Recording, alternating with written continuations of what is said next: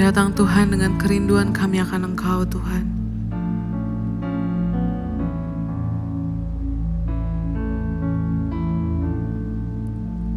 Ya Roh Kudus, ku haus padamu.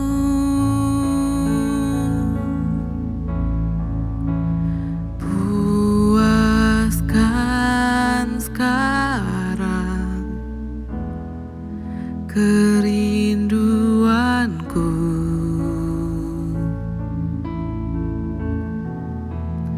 Ya Roh Kudus, Kau menuntunku.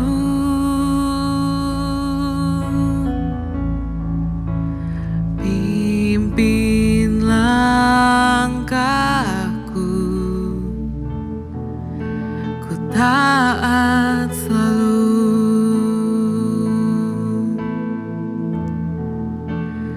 Nyatakan kemuliaan-Mu di tempat ini ya Tuhan Allahku. Beriku belas kasihan-Mu. Bangkitkan Roh-Mu di dalamku, nyatakan kuasa nama-Mu. Yesuslah Tuhan, Yesuslah Tuhan, Yesuslah Tuhan bagi semua bangsa.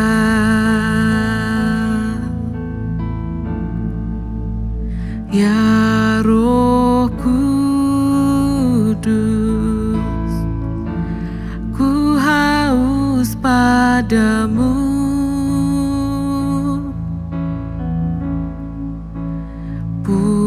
Puaskan sekarang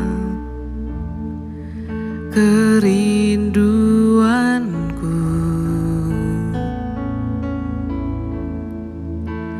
Ya Roh Kudus, Kau menuntunku.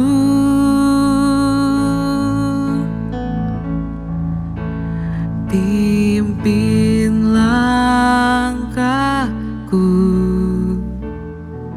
untuk taat selalu.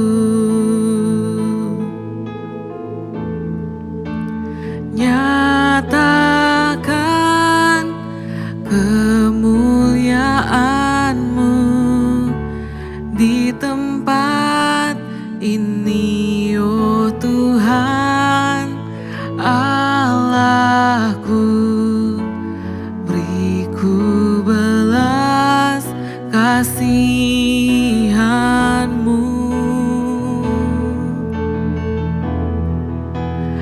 Bangkitkan Roh-Mu di dalamku, nyatakan kuasa nama-Mu.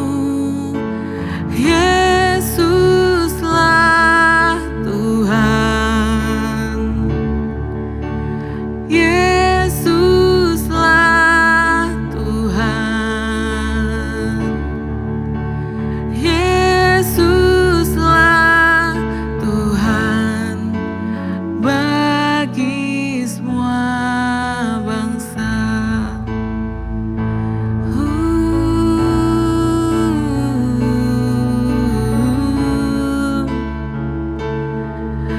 Hadirat-Mu mengalir di tempat ini Bapa. Kami bersyukur. Oh,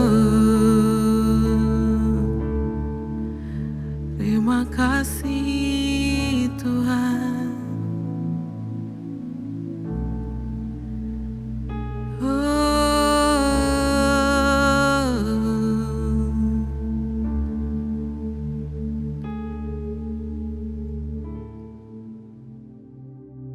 Shalom Bapak Ibu, kembali kita berjumpa di Rise Up. Pada saat ini kita masuk di dalam Imamat pasalnya yang ke-12. Saya ingin bacakan dari Imamat pasal 12 ayat yang ke-6.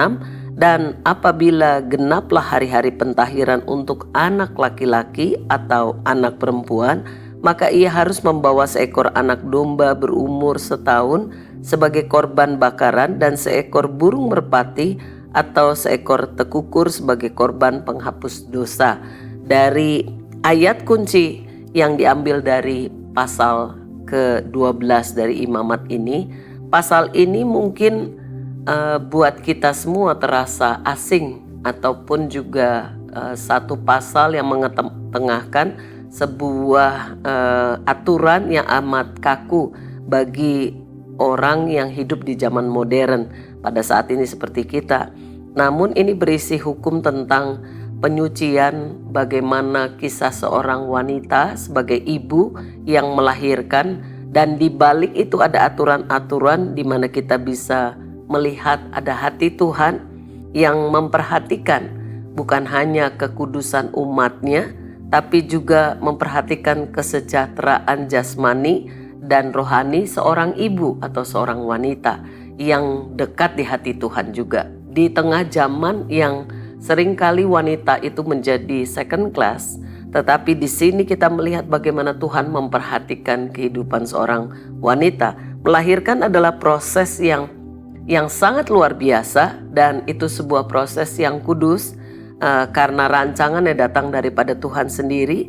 Tetapi dalam konteks hukum Taurat ini melibatkan antara unsur ada darah dan juga ketidaktahiran secara ritual. Itu sebabnya Tuhan ingin memberikan kita sebuah waktu yang khusus di tengah-tengah dunia yang penuh dengan ketidakpastian dan ketidakadilan ini. Bagaimana seorang wanita, dalam hal ini wanita yang sudah melahirkan, yaitu seorang ibu, untuk bisa beristirahat, untuk bisa mengalami yang namanya pemulihan, dan masa yang ditentukan juga dituliskan di dalam tatanan atau aturan yang ada pada masa itu, dan itu juga berguna dewasa ini bagi kita yang hidup di tengah dunia modern. Dan masa yang disebut sebagai setelah mengalami pemulihan, mereka harus membawa sebuah ungkapan syukur kepada Tuhan, dan simbol pemulihan ini adalah bicara tentang hubungan antara manusia dengan Allah dan pengakuan atas karunia daripada Tuhan yang memberikan kehidupan yang baru dengan anak yang lahir yang baru di tengah keluarga. Ini menjadi sebuah gambaran yang sangat serius antara umat Allah dan juga Tuhan, di mana kita perlu menjaga pentingnya kekudusan, pentingnya hubungan kita dengan Tuhan sebagai Bapa dalam kehidupan kita, yang memperhatikan, yang memberikan kehidupan bagi anak-anak yang baru lahir ke tengah-tengah dunia ini. Dan bagaimana Tuhan Yesus Kristus itu melalui kasih karunia dan juga amanat agungnya, Tuhan memberikan perintah baru dengan kasih, hukum kasih yang terutama, sehingga kita tidak terikat dengan hukum-hukum ritual seperti ini. Dan Kristus yang menjadi korban sempurna untuk pengampunan dosa bagi kita semua.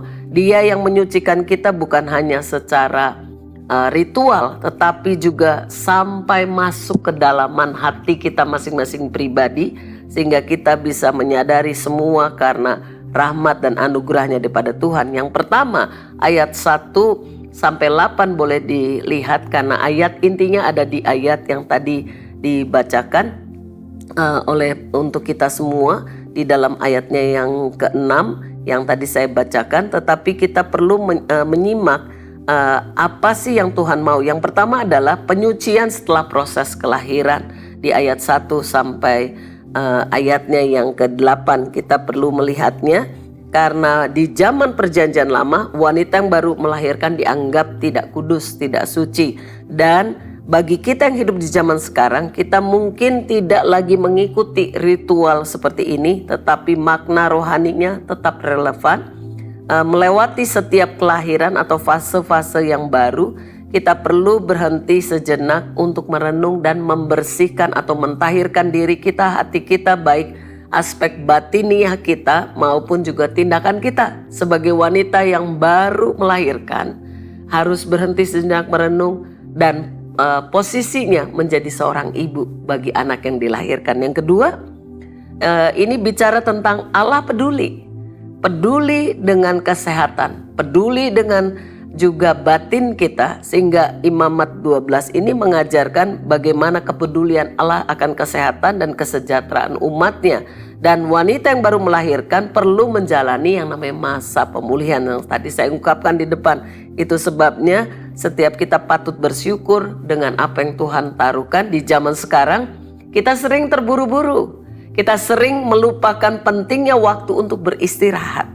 Kita sering tidak mengalami namanya pulih secara total. Kita langsung beraktivitas melakukan banyak hal. Dan sebagai umat Allah kita perlu menghargai pentingnya keseimbangan antara dalam kehidupan, bagaimana kita memberi ruang untuk pemulihan.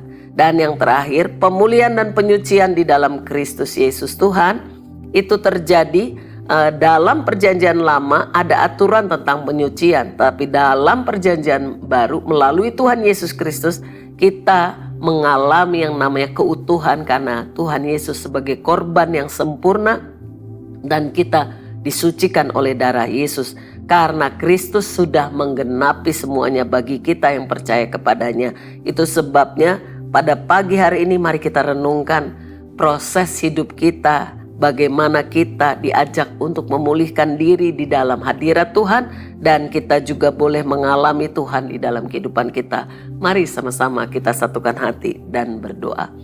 Bapa Surgawi, kami mengucap syukur dan berterima kasih Tuhan untuk penyertaan-Mu, untuk rahmat-Mu, untuk langkah-langkah yang Tuhan berikan untuk kami bisa memiliki waktu memulihkan diri, baik setiap wanita maupun para pria. Secara khusus untuk wanita yang Engkau perhatikan setelah masa-masa mengalami namanya proses persalinan, Engkau begitu memperhatikan secara detail. Kami bersyukur melalui darah Yesus Kristus kami disucikan, kami dikuduskan, kami juga mengalami menjadi pribadi yang utuh dan baru, dan kami boleh menjadi pribadi yang terus dipakai oleh Tuhan memuliakan dan berdampak bagi hormat kemuliaan Tuhan. Dalam nama Tuhan Yesus kami berdoa bersyukur. Amin. Imamat 12. Pentahiran sesudah melahirkan anak. Tuhan berfirman kepada Musa, "Demikian, katakanlah kepada orang Israel, apabila seorang perempuan bersalin dan melahirkan anak laki-laki, maka najislah ia selama 7 hari. Sama seperti pada hari-hari ia bercemar kain, ia najis. Dan pada hari yang ke-8 haruslah dikerat daging kulit hatan anak itu. Selanjutnya 33 hari lamanya perempuan itu harus tinggal menantikan pentahiran dari darah nifas. Tidak boleh ia kena kepada sesuatu apapun yang kudus dan tidak boleh ia masuk ke tempat kudus, sampai sudah genap hari-hari pentahirannya. Tetapi jikalau ia melahirkan anak perempuan, maka najislah ia selama 2 minggu. Sama seperti pada waktu ia bercemar kain. Selanjutnya 66 hari lamanya ia harus tinggal menantikan pentahiran dari darah nifas. Bila sudah genap hari-hari pentahirannya, maka untuk anak laki-laki atau anak perempuan haruslah dibawanya seekor domba berumur setahun sebagai korban bakaran dan seekor anak burung merpati atau burung tekukur sebagai korban penghapus dosa ke pintu kemah pertemuan, dengan menyerahkannya kepada imam. Imam itu harus mempersembahkannya ke hadapan Tuhan dan mengadakan pendamaian bagi perempuan itu. Demikianlah perempuan itu ditahirkan dari leleran darahnya. Itulah hukum tentang perempuan yang melahirkan anak laki-laki atau anak perempuan. Tetapi jikalau ia tidak mampu untuk menyediakan seekor kambing atau domba, maka haruslah ia mengambil 2 ekor burung tekukur atau 2 ekor anak burung merpati. Yang seekor sebagai korban bakaran dan yang seekor lagi sebagai korban penghapus dosa. Dan imam itu harus mengadakan pendamaian bagi perempuan itu, maka tahirlah ia.